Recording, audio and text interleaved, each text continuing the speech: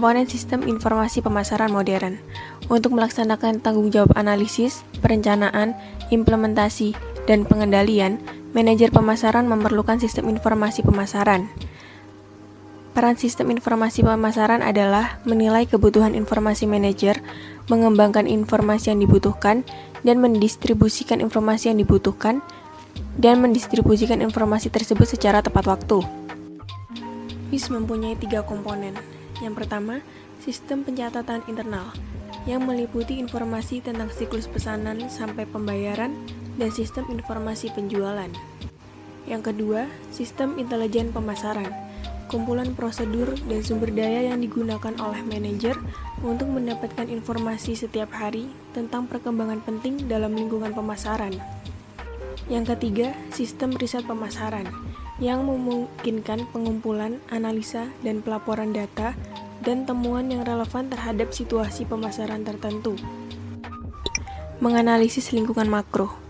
Perusahaan yang berhasil adalah perusahaan yang dapat mengenali dan merespon kebutuhan dan tren yang tidak terpenuhi secara menguntungkan.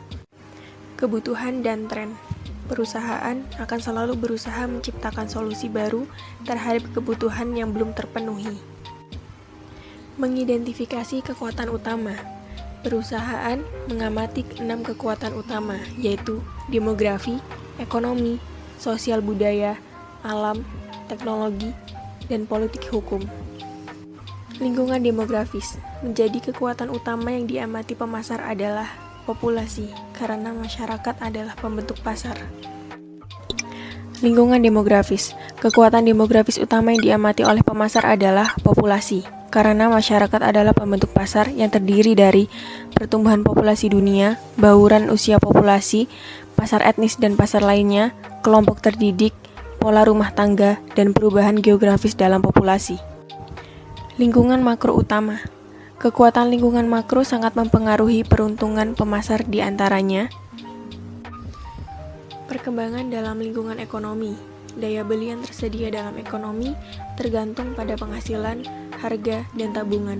Pemasar harus memperhatikan tren yang mempengaruhi daya beli, karena tren tersebut bisa memberikan pengaruh kuat pada bisnis, terutama untuk perusahaan yang produknya ditujukan pada konsumen berpenghasilan tinggi dan sensitif terhadap harga.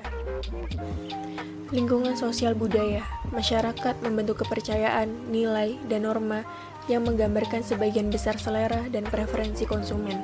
Masyarakat secara hampir tidak sadar mendefinisikan hubungan mereka bagi diri mereka sendiri, orang lain, organisasi, masyarakat, dan alam semesta.